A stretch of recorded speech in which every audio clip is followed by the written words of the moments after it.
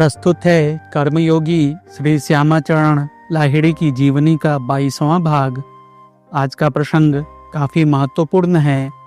आज लाहिड़ी महाशय से जानेंगे क्रिया योग का गूढ़ रहस्य और साथ ही यह भी जानेंगे कि इस मानव शरीर से प्रभु का साक्षात दर्शन कैसे प्राप्त करें।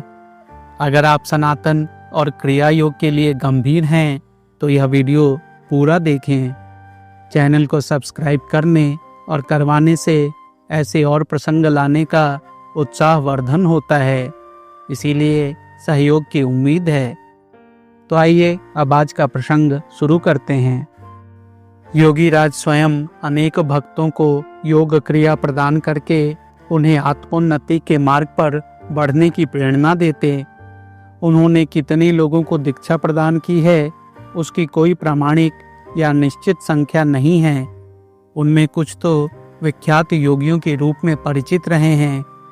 उनके नाम, जिनमें योगी राज के ऋषि कल्प, दोनों पुत्र, 3 कौड़ी लाहिड़ी एवं 2 कौड़ी लाहिड़ी, पंचानन भट्टाचार्य, स्वामी प्रणवानंद गिरी, स्वामी युक्तेश्वर गिरी, भूपेंद्रनाथ सान्याल, स्वामी केशवानंद, स्वामी केवलानंद, विशुद्धानंद सरस्वती, काशीनाथ शास्त्री, नगेंद्रनाथ भादुड़ी, प्रसाद दास गोस्वामी, कैलाश चंद्र बंदोपाध्याय, राम गोपाल मजुमदार, महेंद्रनाथ सान्याल, राम दयाल मजुमदार, हरि नारायण पालगी आदि मुख्य हैं। इसके अलावा यह भी सुना जाता है कि भास्करानंद सरस्वती, बालानंद ब्रह्मचारी ने भी अपने साधन मार्ग से अलग भी योगी राज द्वारा प्रदर्शित योग साधना का अनुशीलन किया था।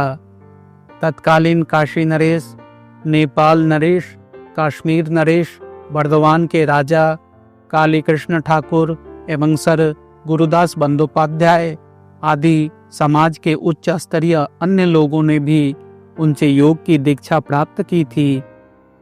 इसके अतिरिक्त समाज के निम्न स्तर के हजारों व्यक्तियों ने भी उनके निकट मुक्ति मार्ग का संधान पाकर स्वयं को कृतकृत्य किया था।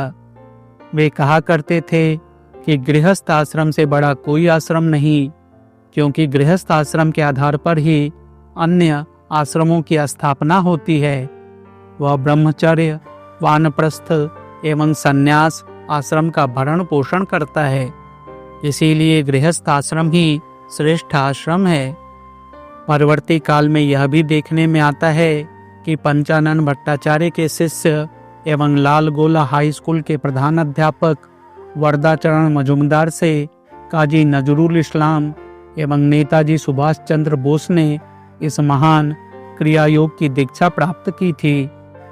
सुना जाता है कि वरदा बाबू के बारे में अपना विचार व्यक्त करते हुए ऋषि अरविंद ने कहा था, the greatest yogi of modern Bengal.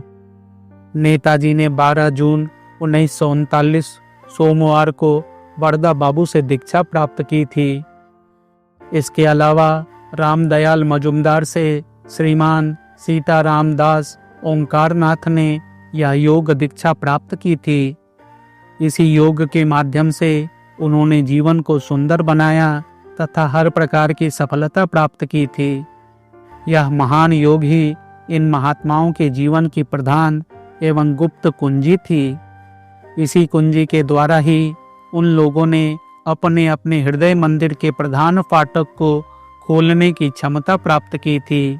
यही उनकी उन्नति एवं चरम उत्कर्ष का साधन था। इसी योग कर्म का संपादन करके ही उन्हें हृदय देवता की उपलब्धि प्राप्त हुई थी, जिसके बल पर लोक कल्याण के प्रति जीवन का उत्सर्ग ही उनका श्रेय रहा है। इन दिनों अधिकांश व्यक्ति यह योग कर्म नहीं कर पाते। इसी कारण उनकी इंद्रिय शक्तियां अमार्जित या अस्वच्छ रहती हैं। धर्म के बाहरी चटकीलेपन के प्रति आकृष्ट होने के कारण ही आज देश में इतना अन्याय और अत्याचार है। इसीलिए योगीराज कहा करते थे कि यह योग साधना करने से ही मनुष्य का जीवन सुंदर एवं महिमामय या श्रेष्ठ होता है। आत्मा के मान के प्रति जिसे होश है या जो सजग है, सचेतन है, उसे ही वस्तुतः मनुष्य कहते हैं। किंतु उस हृदय मंदिर का प्रधान फाटक खुलेगा कैसे? इसके संबंध में योगीराज ने कहा है, उलट पवन का ठोकर मारे खोले दरवाजा। अर्थात जो श्वास रूपी पवन ऊपर से नीचे की ओर संचरणशील है, अर्थात बहिर्मुखी है, उसे अंतर्मुखी करके ठोकर क्रिया रूपी कौशल के द्वारा उसे हृदय मंदिर का मुख्य फाटक खोलना होगा। फिर लिखा है, ओम जोर से धक्का देने से तब दरवाजा खुलेगा। अर्थात ओमकार क्रिया के द्वारा हृदय में जोर से धक्का देने से ही हृदय मंदिर का दरवाजा खुल जाता है। और फिर लिखा है, ओम ज्यादा जोर से हृदय में ठोकर मारने से आपसे आप नेशा होए, ओ ठहर ज्यादा होए। फिर लिखा है, जोर से ओम में ठोकर मारने से ज्यादा स्थिर होता है। अर्थात ठोकर क्रिया रूप ओमकार क्रिया जोर से करते रहने पर हृदय ग्रंथि का भेदन होता है और तभी बंद दरवाजा खुल जाने से अज्ञान दूर होता है। इस ठोकर क्रिया के करते रहने पर अपने आप गहरा नशा होगा और स्थिर घर में अधिक समय तक स्थिति या अवस्थान होगा। इस अवस्था को प्राप्त कर लेने पर मन दूसरों के दुख के प्रति कातर होता है। इसीलिए उन्होंने इस गीत के माध्यम से व्यक्त किया, दुख दूसरे का देख कर दया कर हृदय, तबई पाएगा चैतन्य रूप जस चंद्रोदय। आपने सामर्थ्य कोशिश करो हो मत निठुर, परमात्मा संतुष्ट हुए से मन होत मधुर। तर जाओ आप अमर पद वहाँ करो वास, चलो राह सदगुरु का करो ओही उपदेश। योगीराज कहा करते थे कि सभी मूर्तियां तो एक ही हैं, मूर्ति भेद के साथ स्वरूप भेद की कल्पना नहीं करनी चाहिए।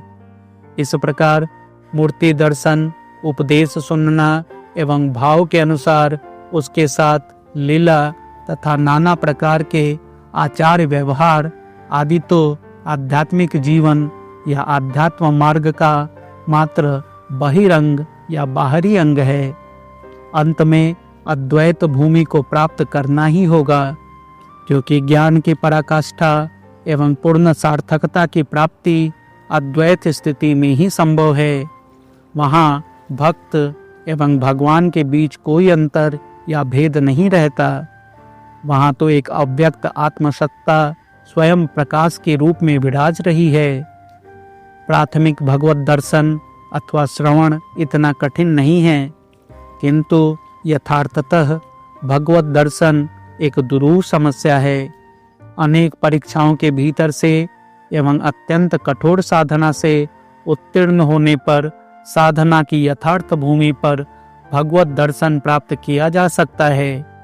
योगी गण जीव रूपी शिव में परम शिव रूपी आत्मदर्शन प्राप्त करके कृतार्थ होते हैं, किंतु वर्तमान युग में मनुष्य का मन जिस प्रकार के विश्वासहीनता, अनास्था एवं श्रद्धाहीनता से जुड़ा हुआ है, उसमें ऐसा दर्शन भी संभव नहीं। वर्तमान युग में मनुष्य का मन केवल तर्क एवं संशय से आक्रांत है। मन की सरलता एवं विश्वास प्रवणता अत्यंत दुर्लभ है।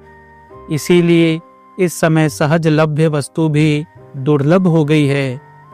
किंतु योग दीक्षा संपूर्ण रूप से वैज्ञानिक शिक्षा क्रम पर आधारित है।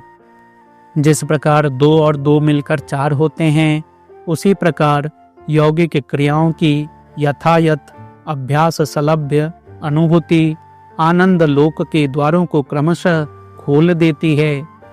संसार में यदि मनुष्य का कोई आत्मधर्म नामक तत्व है तो वह यही योग धर्म है, जिसकी तात्विक व्याख्या योग दर्शन में उपलब्ध है और कालातीत सिंधु घाटी की सभ्यता के अवशेषों में इस सत्य का बहुत कुछ स्थूल प्रमाण भी प्राप्त है।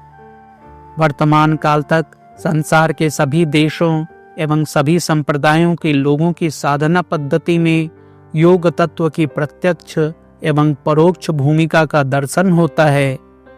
भगवान भक्त के रूप में आविर्भूत होकर भक्त का संचालन करते हैं एवं जब उसके पक्ष में जिसकी प्रयोजनीयता होती है उसका ज्ञान, उपदेश इत्यादि प्रदान करते रहते हैं। ऐसे गुरु को ही सद्गुरु कहते हैं। उस सद्गुरु को एक बार प्राप्त कर लेने पर और फिर गुरु के अभावजन्य दुख की प्रतीति नहीं होती। जो सत्य को धारण करेंगे उनका हृदय या मन यदि विश्वासहीनता और संशय से ग्रस्त है तो फिर ईश्वर की कृपा शक्ति के प्रकट होने का मार्ग अवरुद्ध हो जाता है। भावाभिमुख होने से ईश्वर का अनुग्रह प्राप्त करना सहज है, किंतु अपनी शक्ति सामर्थ्य या धारणा शक्ति के द्वारा उसे पकड़ना और उसके सहारे आत्मशक्ति का विकास करना अत्यंत कठिन है। ज्ञान के अर्थ में साधारण ज्ञान की प्रतीति होती है, किंतु विज्ञान के अर्थ में पुस्तकों में लिपिबद्ध ज्ञान या विचार तक की प्रतीति नहीं होती। वह भाव और कल्पना भी नहीं, बल्कि वह प्रत्यक्ष दर्शन है या प्रत्यक्ष अनुभूति, अर्थात विशिष्ट अथवा विशेष ज्ञान को ही विज्ञान कहते हैं। उसे ही आत्मज्ञान कहते हैं। दृश्य धातु ज्ञानार्थक है, अतएव दर्शन शब्द का वास्तविक अर्थ ही ज्ञान है। जो वस्तु या तत्व अनंत रूपों में विश्व ब्रह्मांड में परिव्याप्त है, उसी असीम अपरिवर्तनीय वस्तु या तत्व का दर्शन या ज्ञान ही आत्मदर्शन अथवा ब्रह्म दर्शन की संज्ञा है। वही परमात्मा है जिसका अनुभव किया जा सकता है।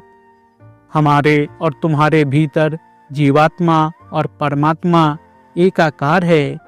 इसीलिए शास्त्रकारों का कथन है, आत्मा हवै गुरुरेकः, अर्थात आत्मा ही गुरु की परिभाषा है। आज का प्रसंग यहीं तक। उम्मीद है यह प्रस्तुति आपको पसंद आई होगी। इस कथा का अगला भाग जल्द ही प्रस्तुत होगा। वीडियो में अंत तक बने रहने के लिए धन्यवाद। फिर से आग्रह है, वीडियो को अधिक से अधिक लोगों तक पहुंचाने का प्रयास करें और चैनल को सब्सक्राइब करना ना भूलें। धन्यवाद।